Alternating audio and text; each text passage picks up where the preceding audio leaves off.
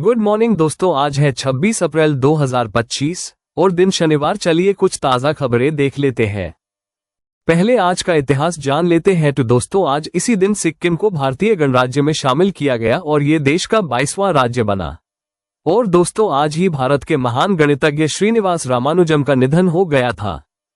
आगे देखिए, पाकिस्तान के साथ सिंधु जल समझौता स्थगित करने पर शुक्रवार को जल शक्ति मंत्रालय की बैठक हुई। इसे 3 चरणों में पूरा करने का फैसला लिया गया है। बैठक के बाद केंद्रीय जल शक्ति मंत्री CR पाटिल ने बताया कि इसे लेकर 3 तरह की रणनीति बना रहे हैं। पाकिस्तान को एक बूंद पानी नहीं मिलेगा। मीटिंग केंद्रीय गृह मंत्री अमित शाह के घर पर हुई। इसमें विदेश मंत्री S जयशंकर और जल शक्ति मंत्री CR पाटिल शामिल हुए थे। हालांकि 3 चरणों और 3 तरह की रणनीति के बारे में कोई जानकारी नहीं दी गई है। पहलगाम आतंकी हमले के बाद 23 अप्रैल को केंद्र सरकार ने पाकिस्तान के साथ सिंधु जल संधि को स्थगित करने का फैसला लिया था। आगे देखिए, पहलगाम हमले के विरोध में कांग्रेस ने शुक्रवार को कांग्रेस मुख्यालय से कैंडल मार्च निकाला। इसमें राहुल गांधी भी शामिल हुए। उधर हैदराबाद में भी AIMIM चीफ असदुद्दीन ओवैसी ने भी हैदराबाद में कैंडल मार्च निकाला। इससे पहले कांग्रेस सांसद और लोकसभा में विपक्ष के नेता राहुल गांधी ने श्रीनगर में पहलगाम हमले में घायल लोगों और उनके परिजन से मुलाकात की। उन्होंने कहा कि आतंकी कितनी भी कोशिश कर ले, हम उन्हें हरा देंगे।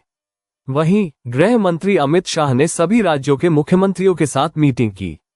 उन्होंने मुख्यमंत्रियों से अपील की कि वे अपने अपने राज्यों में पाकिस्तानी नागरिकों की पहचान करें और उन्हें वापस भेजें। हमले के 3 दिन बाद सेना ने बड़ा एक्शन लिया। जम्मू कश्मीर के त्राल और अनंतनाग के बिजबेहरा में 2 लश्कर आतंकियों के यहां सर्च ऑपरेशन चलाया। ऑपरेशन के दौरान दोनों के घरों में रखा एक्सप्लोसिव ब्लास्ट हो गया। धमाके में आसिफ शेख और आदिल थोके के घर पूरी तरह तबाह हो गए। पहलगाम की बैसरन घाटी में 22 अप्रैल की दोपहर आतंकवादियों ने पर्यटकों पर फायरिंग की थी। हमले में 26 टूरिस्ट मारे गए थे, 10 से ज्यादा घायल है। आगे देखिए, वक्फ संशोधन कानून पर केंद्र सरकार ने शुक्रवार को सुप्रीम कोर्ट में हलफनामा दाखिल किया। केंद्र ने कहा, वक्फ मुसलमानों की कोई धार्मिक संस्था नहीं बल्कि वैधानिक निकाय है। केंद्र ने वक्फ संशोधन की वैधता के खिलाफ दायर सभी याचिकाएं खारिज करने की मांग की। केंद्र ने कहा, अदालतें वैधानिक प्रावधान पर रोक नहीं लगा सकती, संवैधानिक वैधता की समीक्षा कर सकती हैं और निर्णय दे सकती है। संसद में बनाए गए कानूनों पर संवैधानिकता की धारणा लागू होती है। विधायिका द्वारा लागू की गई विधायी व्यवस्था को बदलना स्वीकार नहीं है। सुप्रीम कोर्ट ने 17 अप्रैल को 7 दिन के अंदर केंद्र से वक्फ संशोधन कानून के खिलाफ दायर याचिकाओं पर जवाब दाखिल करने को कहा था। इस मामले में अगली सुनवाई 5 मई को होगी। आगे देखिए, सुप्रीम कोर्ट ने वीर सावरकर पर आपत्तिजनक टिप्पणी को लेकर शुक्रवार को कांग्रेस सांसद और विपक्ष के नेता राहुल गांधी को फटकार लगाए। कोर्ट ने कहा कि हम स्वतंत्रता सेनानियों के खिलाफ किसी को अनाप शनाप बोलने की इजाजत नहीं दे सकते। उन्होंने हमें आजादी दिलाई और हम उनके साथ क्या व्यवहार कर रहे हैं। सुप्रीम कोर्ट ने राहुल गांधी को चेतावनी देते हुए कहा कि अगर आप आगे से ऐसा कोई बयान देंगे तो हम स्वतः संज्ञान लेकर कार्रवाई करेंगे। स्वतंत्रता सेनानियों के बारे में गैर जिम्मेदाराना बयान मत दीजिए। इसी के साथ सुप्रीम कोर्ट ने सावरकर पर टिप्पणी के मामले में राहुल के खिलाफ ट्रायल कोर्ट के समन पर रोक लगा दी। इलाहाबाद हाई कोर्ट ने 4 अप्रैल को समन पर रोक लगाने से इनकार कर दिया था। इसके बाद राहुल ने सुप्रीम कोर्ट में याचिका लगाई थी। आगे देखिए, अब बोर्ड ने 10वीं और 12वीं का रिजल्ट जारी कर दिया है। इस बार 10वीं में जालौन के यश ने टॉप किया है। उन्हें 97.83% अंक मिले हैं। वहीं 12वीं में प्रयागराज की महक जायसवाल ने 97.20% के साथ प्रदेश में टॉप किया है। लड़कियों का रिजल्ट फिर लड़कों से बेहतर। 10वीं में इस बार कुल 90.11% स्टूडेंट्स पास हुए हैं। लड़कियां 93.87%, जबकि लड़के 86.66 पास हुए हैं। इस हिसाब से लड़कियां लड़कों से 7.21% ज्यादा पास हुई हैं। वहीं 12वीं में इस बार 81.15% स्टूडेंट्स पास हुए हैं। इस बार 12वीं के रिजल्ट में लड़कियां लड़कों से 10% ज्यादा पास हुई हैं। आगे देखिए, Indian space research organisation ISRO के पूर्व चीफ डॉक्टर के कस्तूरीरंगन का शुक्रवार सुबह निधन हो गया। वे 84 साल के थे। अधिकारियों ने बताया कि कस्तूरीरंगन ने बेंगलुरु में अपने घर पर अंतिम सांस ली। 27 अप्रैल को उनके पार्थिव शरीर को अंतिम दर्शन के लिए रमन रिसर्च इंस्टीट्यूट RRI में रखा जाएगा। कस्तूरीरंगन को 2 साल पहले दिल का दौरा पड़ा था। उसके बाद से वे बीमार चल रहे थे। कस्तूरीरंगन 1994 से 2003 तक इसरो चीफ थे। उन्हीं के नेतृत्व में इसरो ने चंद्रयान जैसे बड़े मिशनों की योजना बनानी शुरू की थी। वे न्यू एजुकेशन पॉलिसी (NEP) की ड्राफ्टिंग कमेटी के अध्यक्ष भी थे।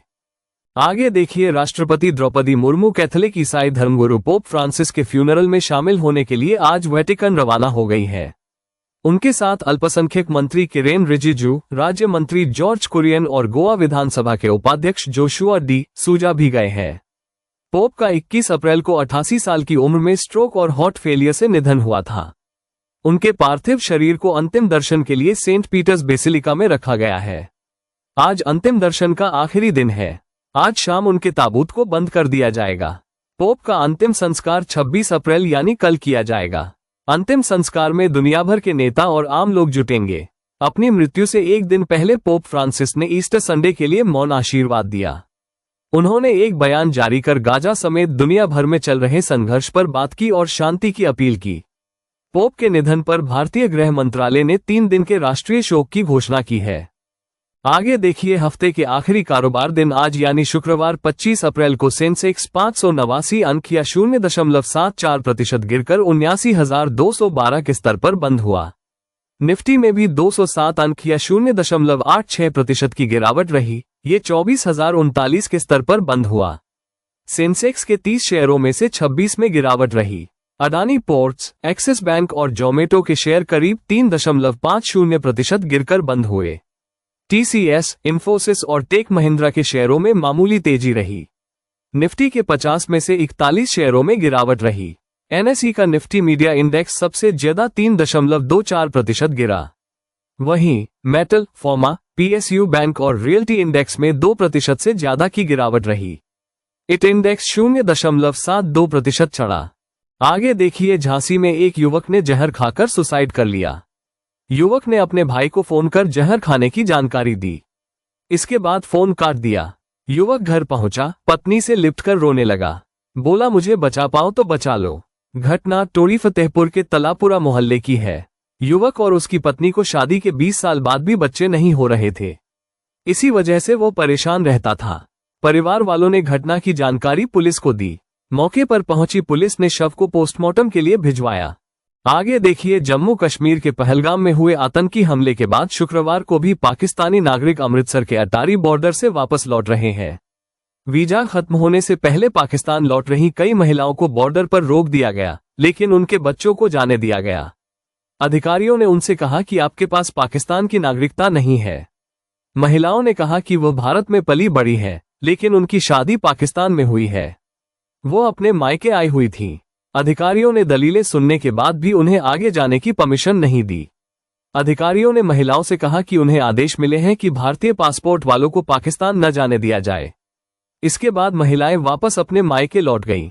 शुक्रवार को 191 पाकिस्तानी नागरिक अटारी बॉर्डर से पाकिस्तान लौट गए। वहीं 287 भारतीय नागरिक भी पाकिस्तान से भारत लौटे। आगे देखिए, फ्रांस के नैंटिस शहर के एक स्कूल में 15 साल के स्टूडेंट ने अपने साथियों पर चाकू से हमला कर दिया। इस हमले में एक छात्र की मौत हो गई, जबकि 3 छात्र घायल हो गए।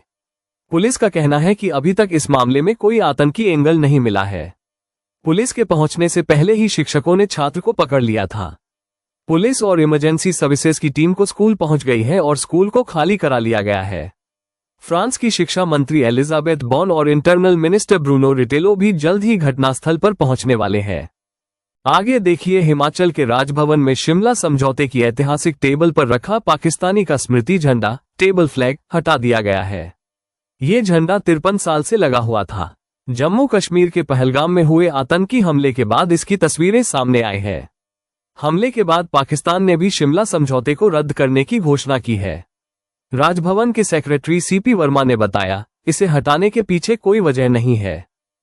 आगे देखिए, पंजाब में भारत पाकिस्तान बॉर्डर से पकड़े BSF जवान को पाकिस्तानी रेंजर्स ने 48 घंटे बाद भी नहीं छोड़ा। जवान को छुड़ाने के लिए BSF के director general Daljit Singh Chaudhary DG ने इसे लेकर केंद्रीय गृह सचिव गोविंद मोहन से बात की है। इससे पहले BSF और पाकिस्तानी रेंजर्स की मीटिंग भी बेनतीजा रही। पहलगाम आतंकी हमले के बाद दोनों देशों में तनाव है। पाकिस्तानी रेंजर्स के रवैये को इसी से जोड़कर देखा जा रहा है। उधर मीडिया से बातचीत करते हुए बीएसएफ जवान पीके साहू के भाई श्याम सुंदर साहू ने केंद्र सरकार और बीएसएफ अधिकारियों से तुरंत हस्तक्षेप करने का आग्रह किया। उन्होंने कहा, हम चाहते हैं कि सरकार उनकी सुरक्षित और तत्काल वापसी सुनिश्चित करे। पूरा परिवार बेहद चिंतित है।